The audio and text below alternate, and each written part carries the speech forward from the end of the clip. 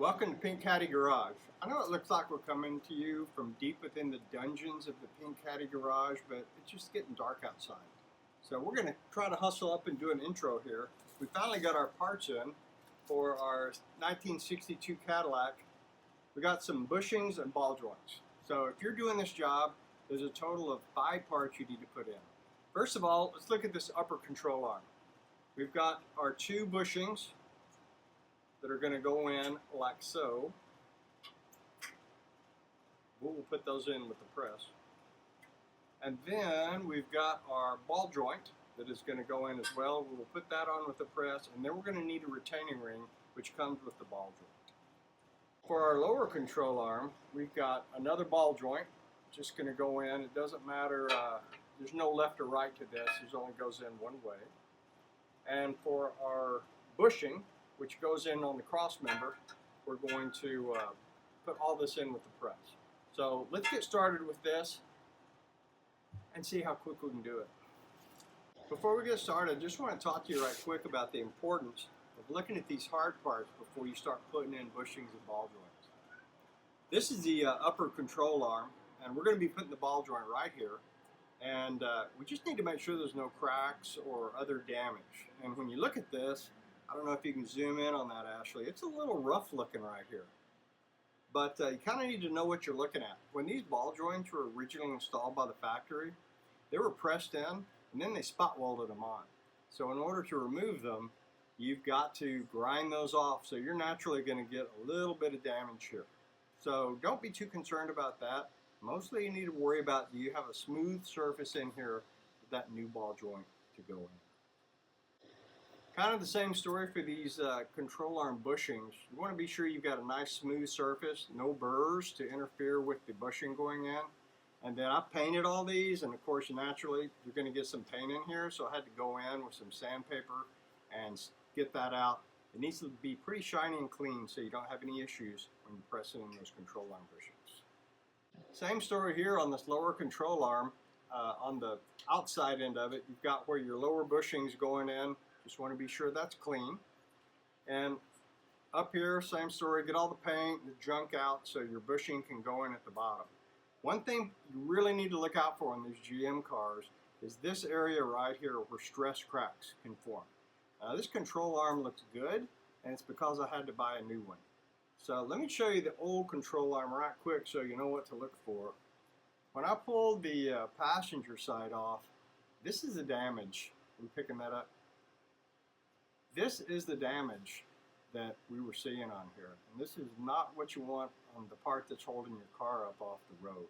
So check these parts. Unfortunately, both of these lower control arms on this Cadillac were damaged. So we had to order a new set, or at least a used set off of eBay. And the new ones came in and they look great. So let's start doing some pressing. Alright, so we've got our mounting bar back in here, and we just got these bushings barely started. So let's go ahead and get this on the press and see if we can get this to line up. Alright, we've pretty much got everything lined up here the way we want it. You need to be sure we've got a parallel between our bushings, our bar, and our A-arm. Let's start seeing if it goes in straight. When you get to a part where you feel any resistance, it's time to put some bracing in here. We want to maintain this distance. So we're good up until the point where it starts to get a little bit tight. And we want to put this in here so we'll brace it so that when we put this thing back together, everything's going to have the correct geometry. So you can use a piece of angle iron or a half pipe or whatever you have, but you're going to have to cut something that's going to maintain this distance. Alright, so I'll switch out to a different socket here. Still not one to go in exactly, but it looks like it's squared up now. And it's going. Only took 2 failed attempts, but by the 3rd we got it. Are you supposed to be narrating this? Well, what else am I going to do? Get bored back here. So that's pretty much what you're looking for. You want this little metal lip to be flush with your control arm. Let's go ahead and get to our ball joint. Well, it's the next day here. It got too mosquito-y and the Cowboy game was about to start. So we quit last night and they lost, so we might as well have just gone ahead and kept working on the car. But we'll get back started on that right now. So what we're going to do, we've got our upper control arm. We're going to put this ball joint in. Just one thing we want to look for, these do have a left and a right aspect to these ball joints. So this ball joint right here is for the driver's side. So you can see, hopefully, it has a little L stamped in right there on the ball joint. The right one, though, didn't have anything stamped on it, so theoretically you could have accidentally switched them. So this has this metal piece that goes around it. You can pretty much tell when you're looking at it and putting it in that it's going to fill that area right there. So you just want to get that nice and positioned in. Get a little bit of grease on there to help it go in, and you'll feel it when it bottoms out, and then we'll put our locking ring on. All right, we've got this in our press. Just a quick word about this. You don't have to have one of these presses to do this kind of work. You can get one of those rental kits from the auto parts store that is made for control arm bushings and ball joints and that kind of thing. But the last one I rented, it had this big C-clamp is what they use for their clamping force, and it was so bent from the last guy that used it that it wouldn't press anything. So I kind of got desperate at that point, and I had to get stuff pressed. So I bought this press. It sure is easy. They're only about $200, so you can, get it, put it together in about an hour. And so if you can afford it, it certainly is a nice tool to have. So obviously, that being said, I don't have a lot of experience on this, so if you guys see me doing something wrong here, feel free to let me know how I can do this better. But you've got this arbor right here that's coming down, and you don't want to press directly on the ball joint, so we put a bushing in between here. It's out of one of our little bushing kits, just something to take the stress off the ball joint. And then you want a piece underneath, if I can turn that a little, this is just a big piece of exhaust pipe here that allows that ball joint stud to go down and get this thing seated. Let's do it.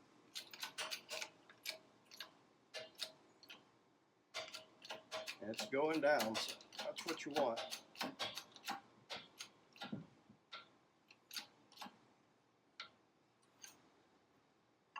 Let's see how that looks. Don't go too far.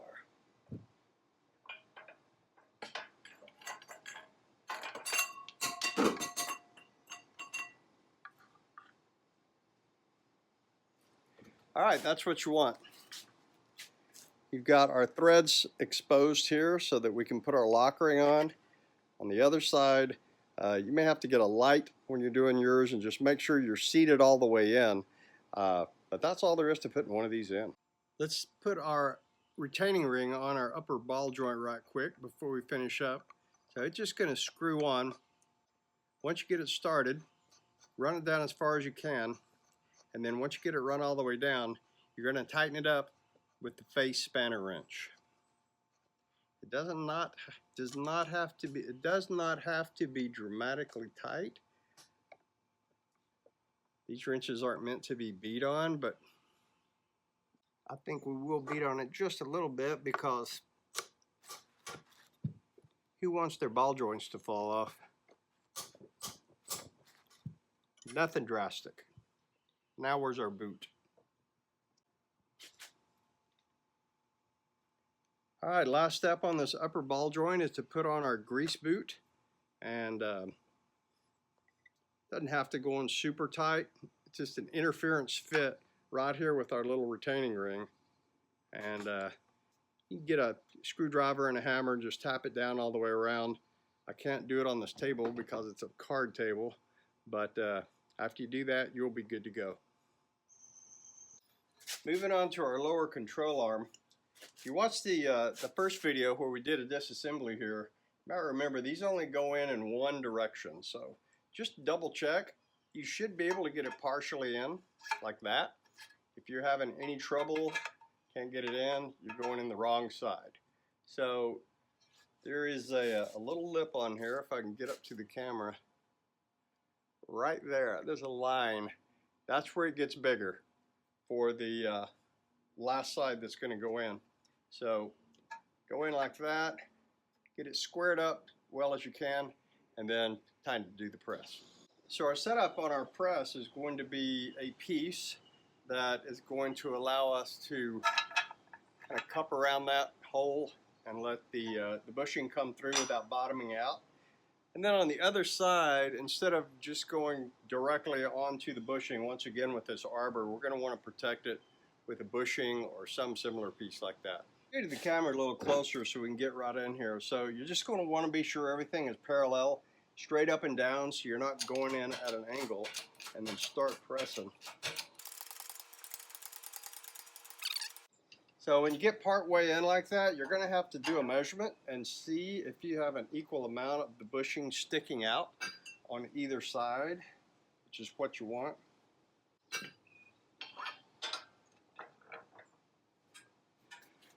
Alright, so what you want to have is approximately an equal side right here. That's close enough. One of the ones on the lower control arm with the most damage, the split that I showed you earlier, the bushing was way off center, which leads to some contact with the cross member, and also just the fact that doesn't have even pressure on it, I suspect helped lead to the damage that we had. So just be sure that you're centered in here. For our lower ball joint, pretty straightforward. These are universal to left and right, so you don't have to worry about mixing them up, and it's just a straight-on press fit.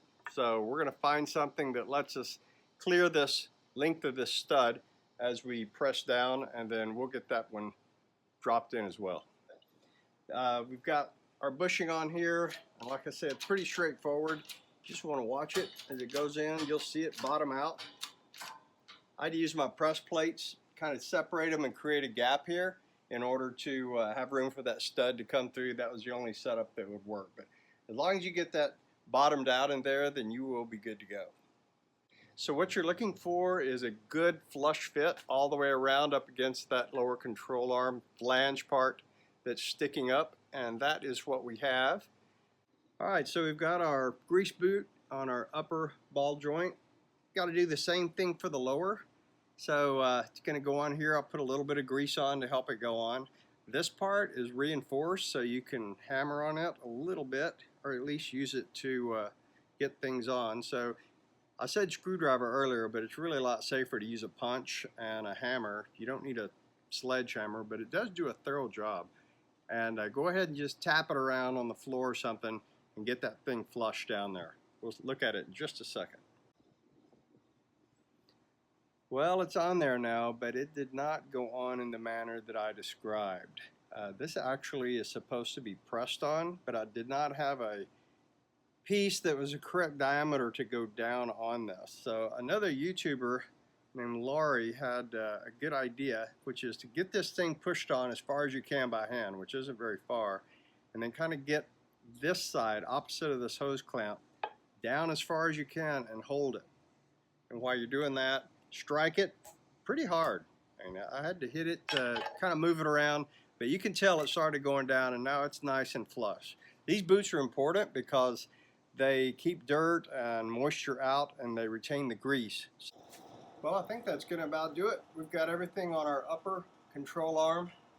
Now our lower control arm is good to go too. Had to reuse these bumpers, can't find them anywhere. If you know who makes them, let me know down in the comments. I'd like to switch them out if I could get new ones, both for the lower and for the upper control arms. I think we're ready to start putting this car back together.